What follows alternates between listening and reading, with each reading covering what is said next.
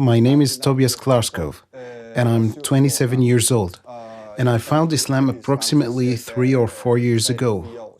I am a skilled carpenter. I had this idea that if I started to build churches, then I would be able to start a good reputation for myself. And then I started in a company where we were in the process of renovating Roskilde Cathedral. I got interested in this project and thought if I could get in, then I could create a really good reputation. And after a few years, I came into a company where on the first day all employees at the company were called, and we were asked to meet. We were told about how well it went with the company and about the sites we worked on and about how well it went at the various projects. And then the carpenter master told all of us that now we should start building Denmark's first mosque. I had the feeling that whether it was a church or a mosque, this is something that I wanted. It made no difference to me, so I went to the carpenter master and told him that I wanted to participate in the construction of the mosque. He called me a half year later and told me that the construction of the mosque was about to begin and asked me if I was still interested.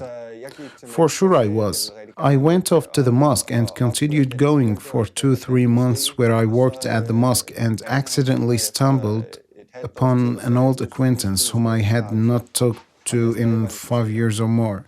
I met her on my way home from work. We stood and talked for a while. She is a Muslim and was born a Muslim, and she wears a headscarf.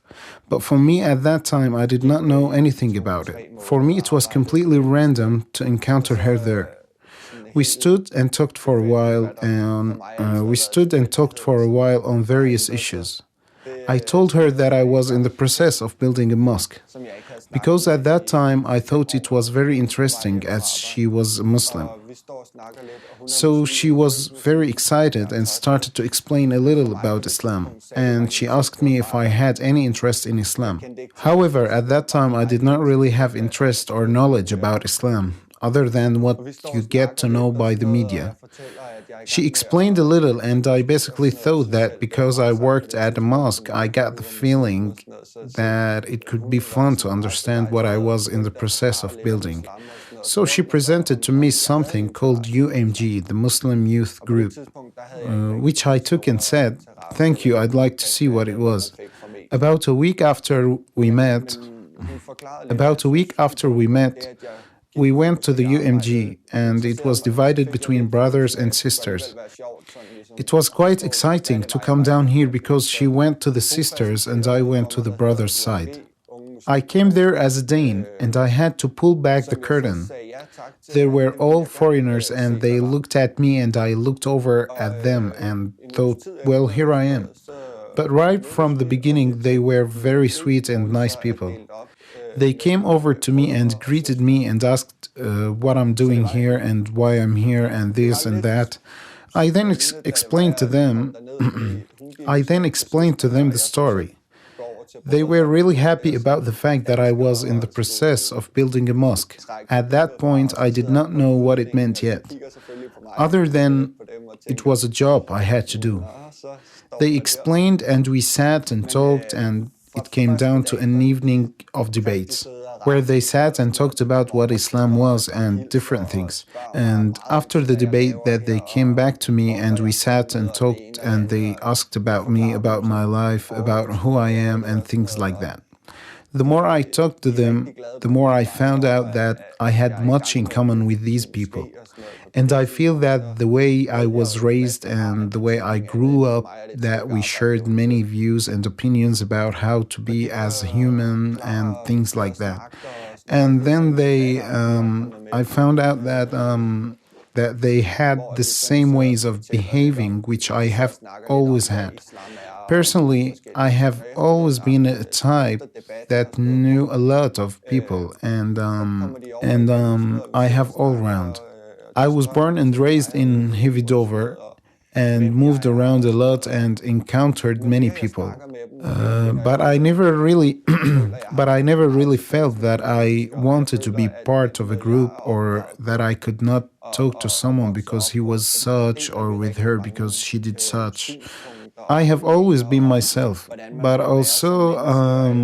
also because I think that the way I was raised in this matter, I have not had the need to be part of something or be better than others, or to live up to what other people thought and believed.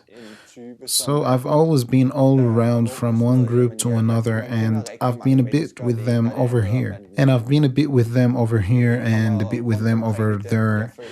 Then when I came to UMG and met the foreigners and the Muslims down there, it occurred to me that there were so many of them that were like me in this way, and they had the perception of things that we are here because we need to be ourselves, and we must learn to stand on our own feet and not compete about how has the coolest cell phone or the coolest shirt. So it seems very natural for me to get into their company, where we share the same opinions and perspectives. And I have just been in there for the last year and a half.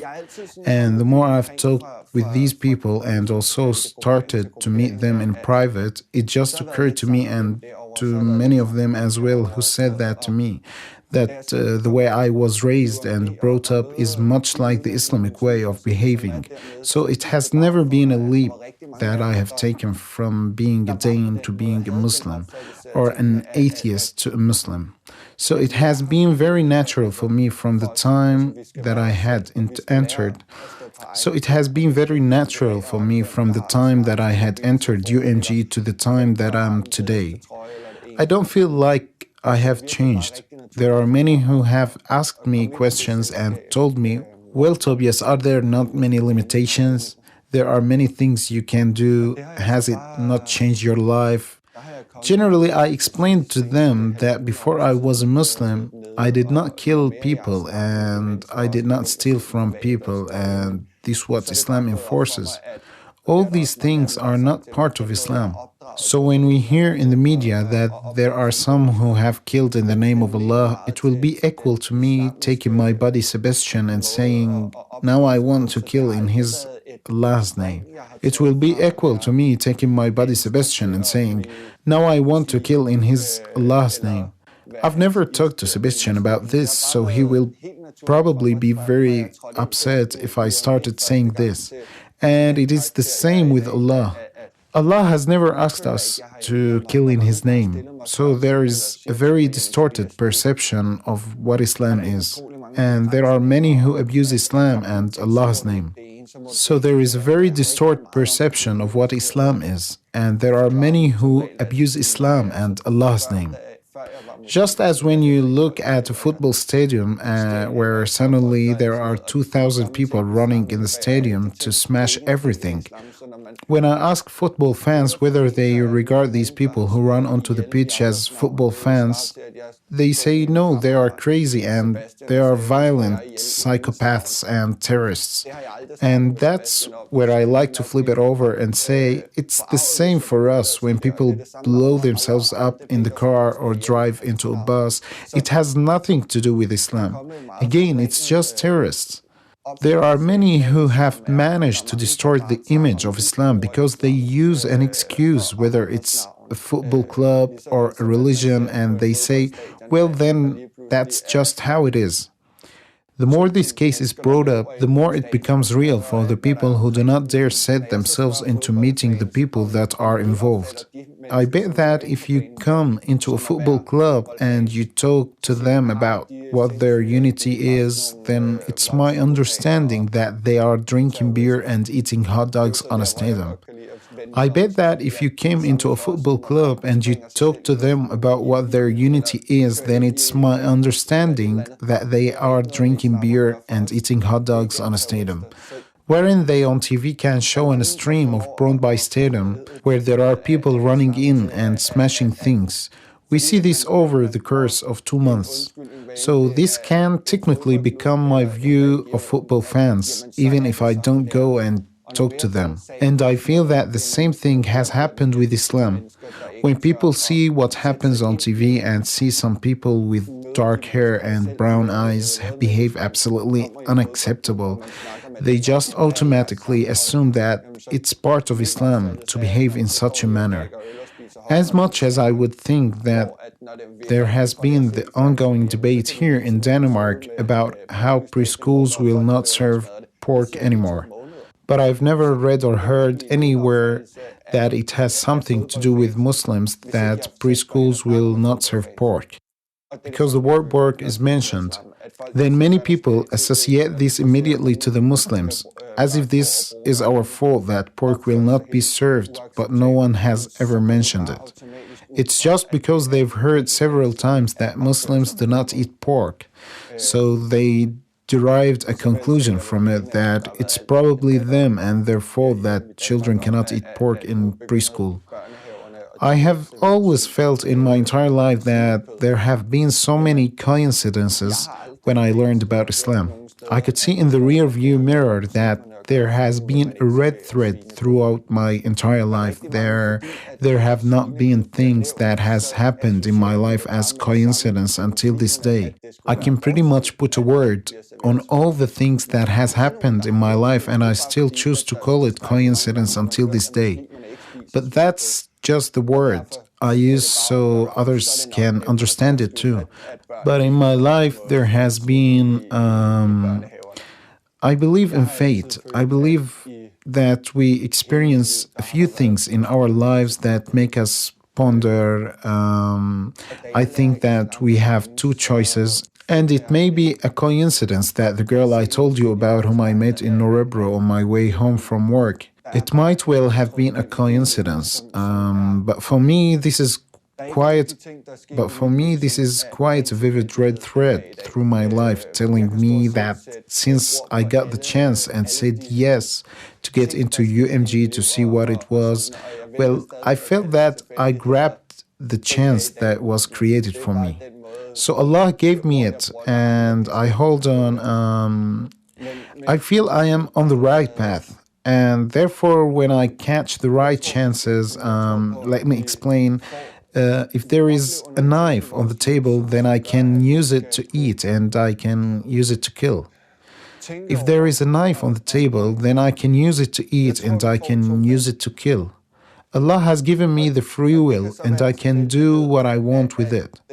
But as long as I, in the eyes of Allah, take the right decisions, then He will continue to grant me what we usually call coincidences.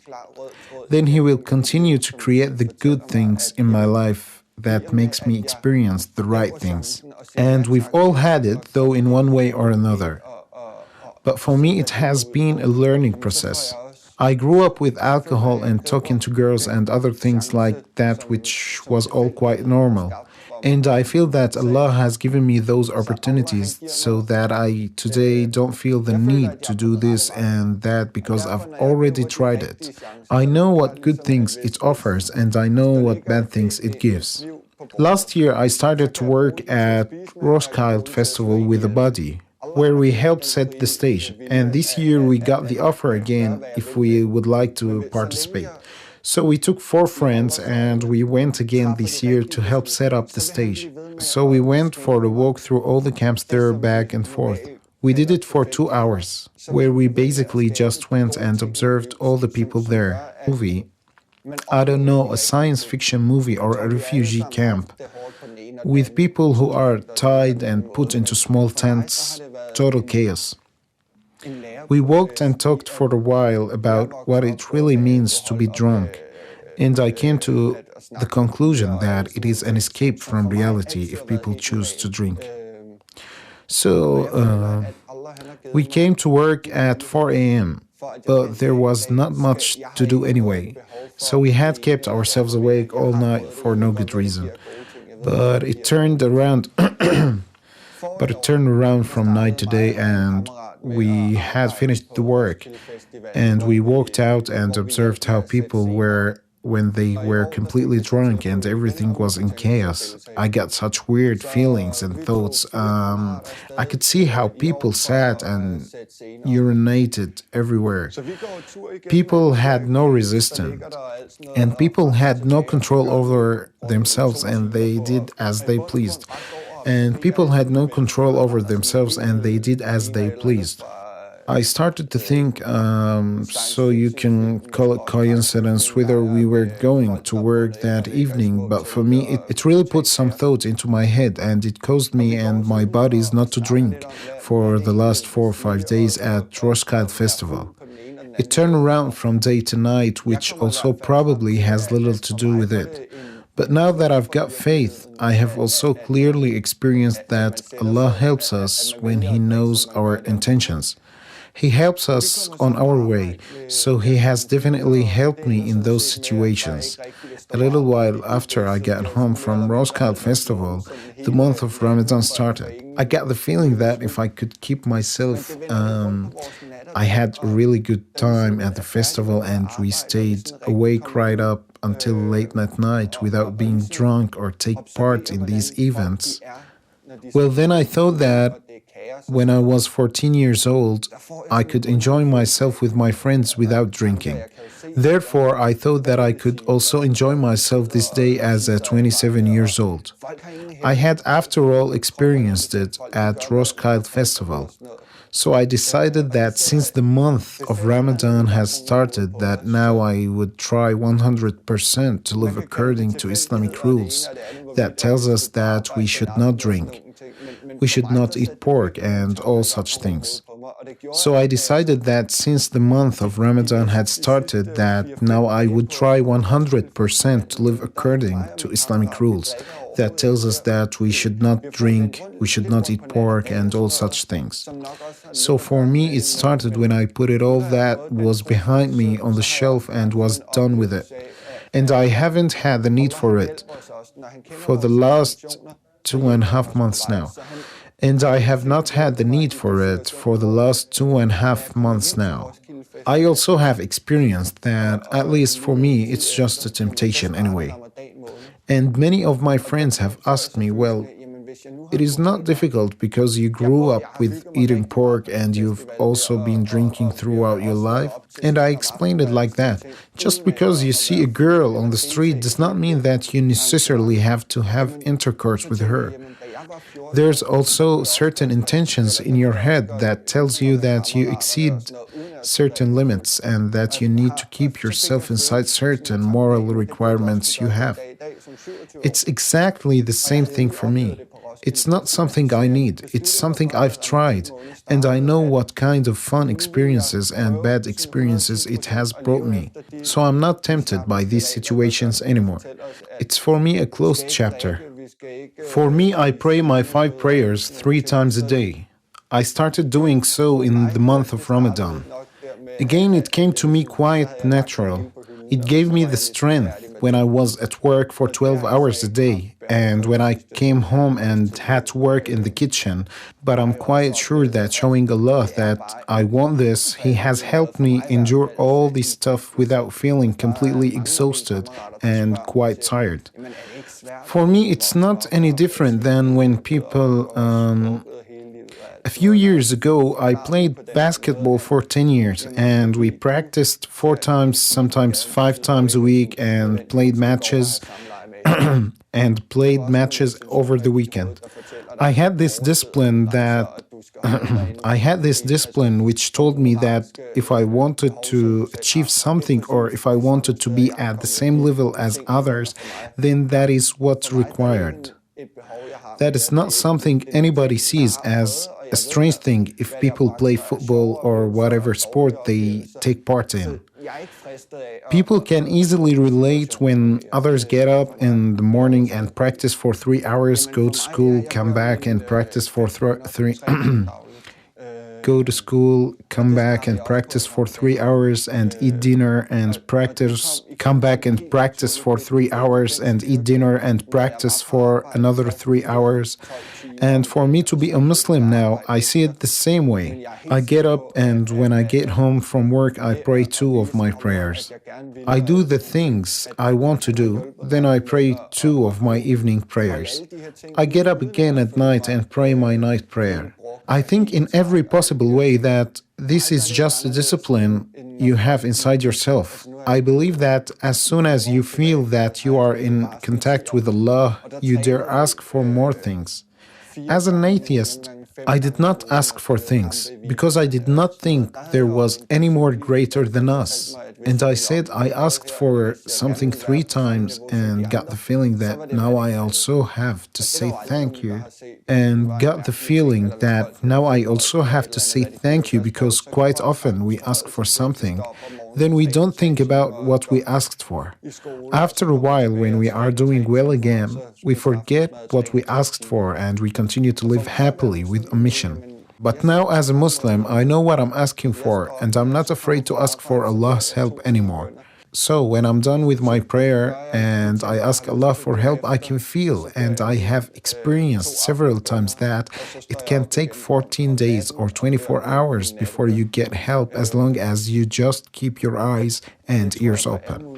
I have seen when I ask for one thing and the next day a quite random person comes over to me and explains something about what I have asked the day before.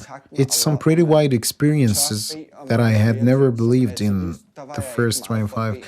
It's some pretty wide experiences that I had never believed in the first 25, 26 years of my life. So we should just learn to accept that there is something greater than us. But once you've done it, it's a fantastic experience to be able to feel the power and strength behind asking questions. That for most people would be out in the air. But eventually there comes an answer, and it could be in every possible way that these answers come. But you just have to accept and be open about the things that come around you. Then you will see that you get answers to the questions you are asking. There are many who asked me if I'm happier now that I'm a Muslim than when I was an atheist. And yes, I do feel that because you find out that everything you do on this earth has a meaning in one way or another. Even before I learned about Muslims and before I studied Islam, I've always had the idea that you could only get minus points in the account. It didn't matter regardless of what would happen. You would die with minus points, not matter what, by eating pork, by saying something bad, or by behaving in a certain way, or going with the wrong people. So when you start to find all the positive things in Islam, you will find out how many plus points you can get. I was very negative about the whole plus-minus scoring system as being put into being a Muslim and how it should be perceived. And I think many, or at least the atheists, who don't know Muslims or take interest in Islam regard this as a black-white scale scoring system where you get points all the time. But I found out very quickly that it's incredibly easy to just to basically behave like a decent person and talk nicely to others. Offers as well as many plus points you think you will scrape together by negative points in your account. And I've asked Allah for advice to show me whether it should be Shia or Sunni, because I feel that Allah gave me Shia Islam from the beginning. And at one point I asked the question if this was more right than the other and what was right for me. I've got the feeling that I've studied Islam in 2 years and I've been a Muslim for the last 4 months. For me, it's been more important to find out what Islam is. Also, I have a lot of good brothers around me who help me understand how Shia and how Sunni are in relation to each other. The thing that has made me happiest and made it easiest for me is that no matter who I talk to, they always say to me, you shouldn't think about what we say and how we behave. If what we say sounds interesting, then you should go home and study it so you can find out what you feel is for the best. My message from a Muslim to a non-Muslim would be that we shouldn't be afraid of what we don't know about. I feel that I have stood with a foot in both camps and have discovered that when there is something you are ignorant about you are often too scared to find the knowledge behind it. So I think that we should be more open and learn about Muslims instead of believing prejudice and stereotypes that many have been created in the media and elsewhere. If you find any prejudices, then I think that you should go and talk to the Muslims you find on the streets. And you should be aware of the fact that just because someone with dark hair and brown eyes walks by, it does not mean that he or she is a Muslim. Because being a Muslim implies that you talk nicely to each other and you behave well with your fellow men. In Islam, we have brothers and sisters in Islam. And we have brothers and sisters in humanity. So for us, we behave decently towards all people who come over to us.